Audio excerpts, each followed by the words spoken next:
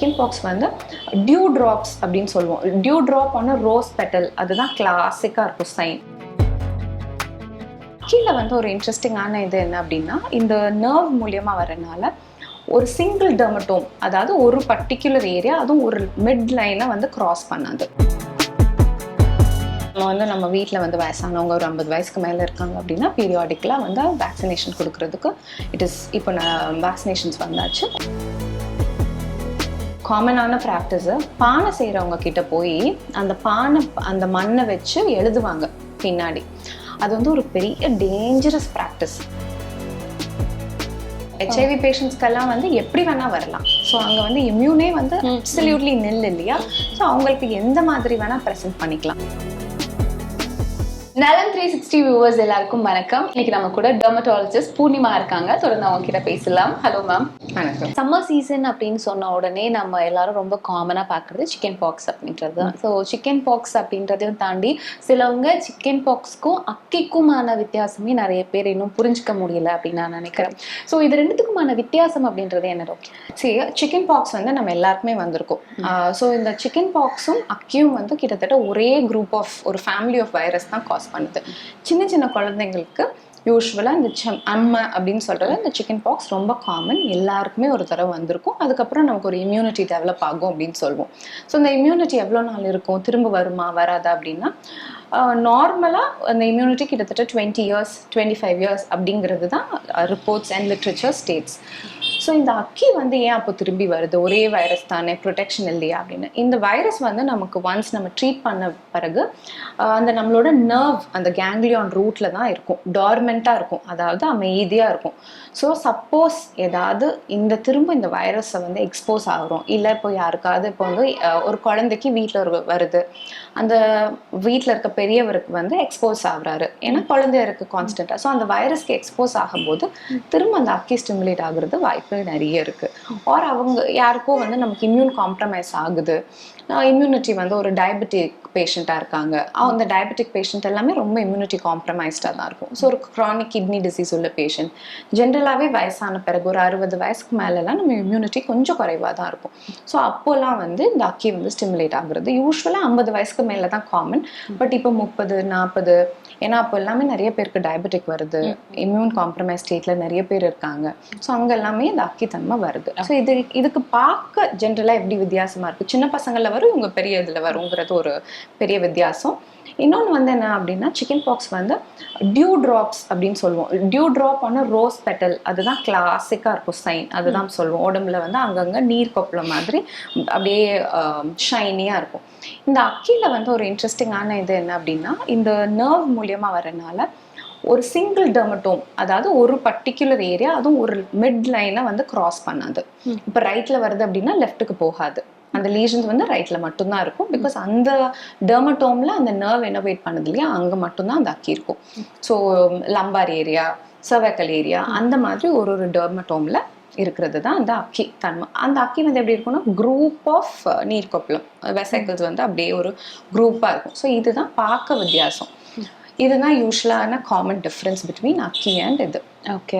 So நம்ம chicken பாக்ஸ்க்கு வந்து குழந்தையா இருக்கும் போதே நம்ம வந்து வேக்சின்ஸ் எல்லாம் கொடுக்குறோம். ஸோ அக்கிக்கும் இந்த மாதிரி ஏதாவது வேக்சின்ஸ் இருக்கு. ஸோ நம்ம வீட்டில் வந்து வயசானவங்க ஒரு 50 வயசுக்கு மேலே இருக்காங்க அப்படின்னா பீரியாடிக்கலாக வந்து வேக்சினேஷன் கொடுக்கறதுக்கு இப்போ வேக்சினேஷன்ஸ் வந்தாச்சு. It is better to give that. Okay. எந்த ஏஜ் குரூப்ல இருந்து போட்டுக்கலாமா? சரி, இப்போ டயபெட்டிக்காக இருக்காங்க அப்படின்னா ரொம்ப நாள் ஒரு 40 இயர்ஸ்லேயே வந்து டயபெட்டிக்காக இருக்காங்க அப்படிங்கிறவங்களுக்கு 40 இயர்ஸ்லேயே கொடுக்க ஆரம்பிக்கலாம். அதுக்கு ஒன்றும் இது கிடையாது, கண்டிஷன் பேஸ்ல தான் அந்த மாதிரி கொடுக்குறோம். ஸோ இது அக்கியை நம்ம எப்படி ட்ரீட் பண்ணலாமா, என்ன மாதிரியான விஷயங்கள் கேர் பண்ணிக்கலாம்? கண்டிப்பாக சிக்கன் பாக்ஸில் கூட சில குழந்தைங்களுக்கு வந்து நான் வந்து என் ப்ராக்டிஸில் வந்து ரொம்ப மைல்டாக இருக்குது அப்படின்னா நான் ட்ரீட் பண்ண மாட்டேன். சிம்டமேட்டிக்காக தான் ஒரு நல்ல நீர் ஆகாரம் கொடுக்க சொல்லிட்டு கேலமைன் லோஷன்ஸ் அது மாதிரி, ஏன்னா 7 to 14 நாளில் தானே ரிசால்வ் ஆகிடும். நம்ம வந்து ஐசோலேட் பண்ணி வச்சுட்டு we usually send the kid normally. But அக்கின்னு வரும்போது அதை ட்ரீட் பண்ணாமல் விடுறது ரொம்ப ரொம்ப தப்பு. ஏன்னா இதோடைய போஸ்ட் நியூரால்டிக் பெயின் அப்படின்னு சொல்லுவோம். இது நர்வ்ல இது வரனால அந்த ஹோல் நர்வே வந்து டேமேஜ் பண்ணிடும். ஸோ அந்த பெயின் வந்து காற்று பட்டா கூட வந்து ஒரு 10-15 ஊசி எடுத்து குத்துன மாதிரி இருக்கும். ஸோ அந்த அளவுக்கு ஒரு துணி, ஒரு மெல்லிசான ஒரு துணி பட்டா கூட நெருப்பில் இருக்கிற மாதிரி இருக்கும். அவ்வளோ பெயின். ஏன்னா நர்வ் பெயின்ங்கிறது நார்மலானது. ஏன்னா நீங்கள் நார்மலாகவே நம்ம முட்டியில் அடிபடுறதுக்கும் தசையில் அடிபடுறதுக்கும் வித்தியாசம் தெரியும். ஸோ நர்வ் இனோவேஷன்ஸ் எங்கே ஜாஸ்தி இருக்கோ அங்கே பெயின் ரொம்ப இருக்கும். அதே மாதிரி இந்த நர்வ் டேமேஜ் பெயின் வந்து ரொம்ப மோசமாக இருக்கும். ஸோ ஃபர்ஸ்ட் ஒரு ஃபுல் கோர்ஸ் ஆஃப் ஆன்டிவைரல்ஸ் கொடுத்து ட்ரீட் பண்ணுறது ரொம்ப முக்கியம். அதுக்கப்புறம் ரொம்ப இம்யூன் காம்ப்ரமைஸ்ட் பேஷண்ட், இந்த டயபெட்டிக் அவங்களுக்கு எல்லாமே வந்து ஒரு 3 months வந்து நர்வ்க்குரிய ஸ்ட்ரென்தனிங் டேப்லெட்ஸும் இது கொடுக்கறது ரொம்ப முக்கியம். காபா பென்டின் அந்த மாதிரி டேப்லெட்ஸ் மூலியமா இந்த நர்வ் பெயினை ட்ரீட் பண்ணுறது ரொம்ப ரொம்ப அவசியம். ஓகே, நம்ம முன்னாடி பேசின மாதிரி தான் நம்ம ரொம்ப காமனாக வந்து அக்கியை பார்க்குறோம். அம்மை மாதிரியே அது வந்துட்டு போயிடும், அதனால ஒன்றும் கிடையாது அப்படின்னு பார்க்குறோம். பட் அதோட சீரியஸ்னஸ் அப்படின்றது நம்ம எவ்வளோ கேர் பண்ண வேண்டிய ஒரு விஷயம் டாக்டர். இதில் ட்ரீட்மெண்ட் அதெல்லாம் அடுத்து டாக்டர் கிட்ட போனோன்னா அவங்க வந்து உங்களை ஒரு சரியான பாதையில் போட்டுருவாங்க. ஏன்னா அக்கிலாம் நம்ம மிஸ் பண்ண மாட்டாங்க.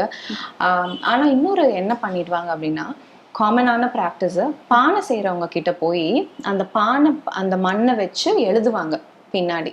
அது வந்து ஒரு பெரிய டேஞ்சரஸ் ப்ராக்டிஸ். நான் வந்து யூஸ்வலாக பார்க்குற ஒரு நோகோ ஜோனோ, இது தயவுசெய்து பண்ணாதீங்களே அப்படின்னு எல்லாருக்கும் சொல்லணும்னு நினைக்கிறது வந்து இதுதான். ஸோ இந்த அக்கியில் வந்து அந்த பானை மண்ணில் அந்த மண்ணிலேயே அவ்வளோ கிருமி இருக்கும்.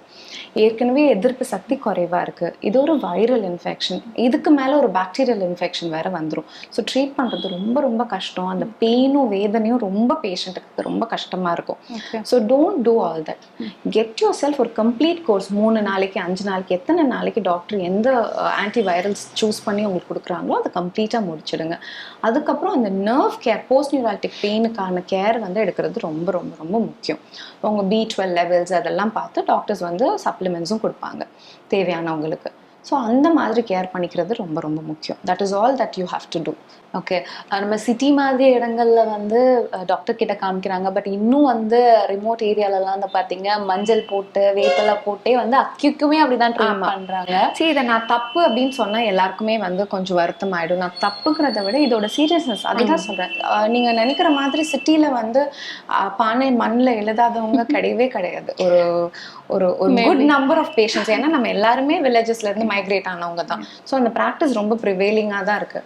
ஸோ இந்த மாதிரி விஷயங்களுக்கு வந்து செல்ஃப் மெடிக்கேட் பண்ணி இந்த பால்டிஸ், அதாவது மஞ்சள், இது எல்லாத்தையுமே நம்மளே அப்ளை பண்ணி இன்னும் அதை மோசமாக்குறதுக்கு ட்ரீட் பண்ணி அதை ரொம்ப சிம்பிளாக நம்ம தீர்வு காண்பிக்கலாம்.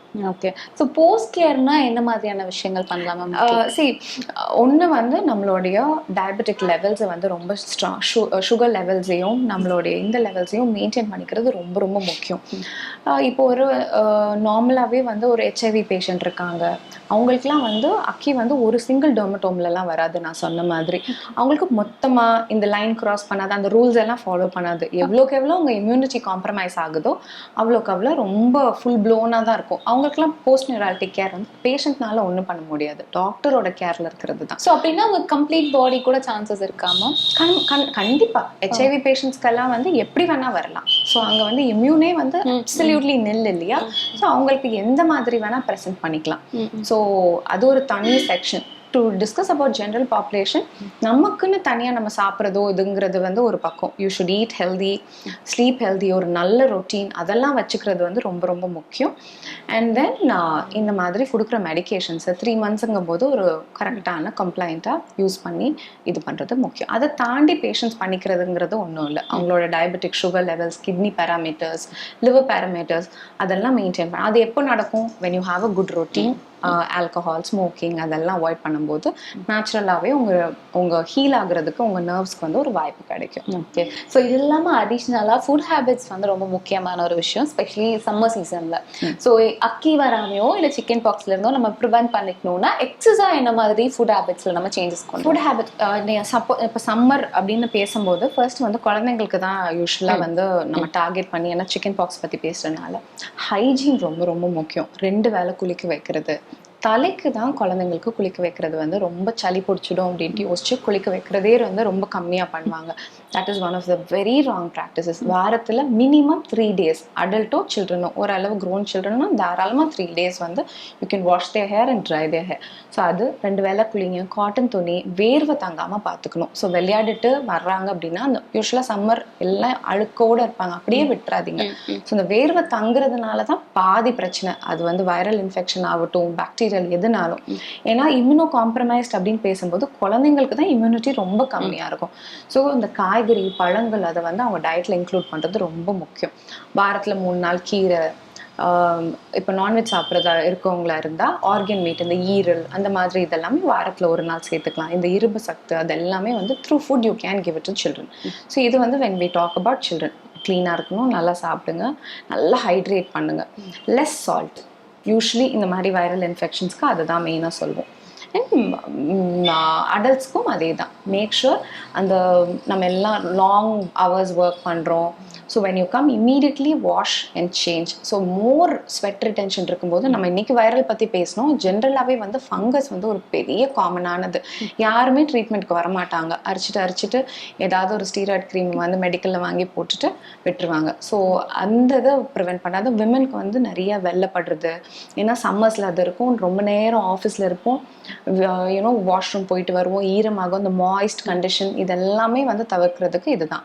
Make sure you change your inner garment.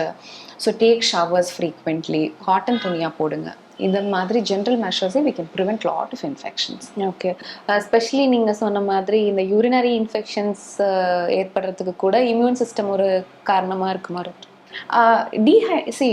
Immune சிஸ்டம்ங்கிறது ஒன்று வந்து இப்போ நம்ம ஒர்க்கிங் விமன் எல்லாமே வந்து ஒரு நார்மல் ஒரு ஹெல்தி ஏஜ் இண்டிவிஜுவல்ஸாக தான் இருப்பாங்க. அங்கே என்ன மெயினாக காரணம் அப்படின்னா டீஹைட்ரேஷன், ஒரு நல்ல தண்ணி குடிக்காமல் இருக்குது. ஏன்னா வாஷ்ரூம் யூஸ் பண்ணுங்கிற பயத்தில் நிறைய பேர் ஒர்க்கிங் கண்டிஷன்ஸ் நல்லா இருக்காமல். ஸோ அந்த மாதிரி நேரத்தில் எல்லாம் தான் all this urinary tract infections வரும். So hydrate yourself as much as you can and that itself will solve பாதி பிரச்சனை. ஓகே, நம்ம பேசின வரைக்கும் மெயினாக என்னென்னா நம்ம செல்ஃப் மெடிடேஷன் எடுக்காமல் ஒரு டாக்டரை இமீடியட்டாக பார்க்குறது நல்லது. அது குழந்தைக்காக இருந்தாலும் சரி, பெரியவங்களுக்காக இருந்தாலும் சரி. That will save us a lot of money and save us a lot of time first. ஏன்னா சீக்கிரமாக அது குணம் ஆகிடும். ஏன்னா ஒரு 10 கண்டிஷன் ஆகி டாக்டர் கிட்ட போகிறத விட this will give a lot of time for us to treat. So உங்களுக்கு ட்ரீட் பண்ணுறதுக்கும் ஈஸியாக இருக்கும் இல்லையா? So thank you so much ma'am. இவ்வளோ நேரம் எங்களுடைய டவுட்ஸ் எல்லாத்துக்கும் ரொம்ப தெளிவான விளக்கம் கொடுத்தீங்க. Thank you so much. Thank you so much.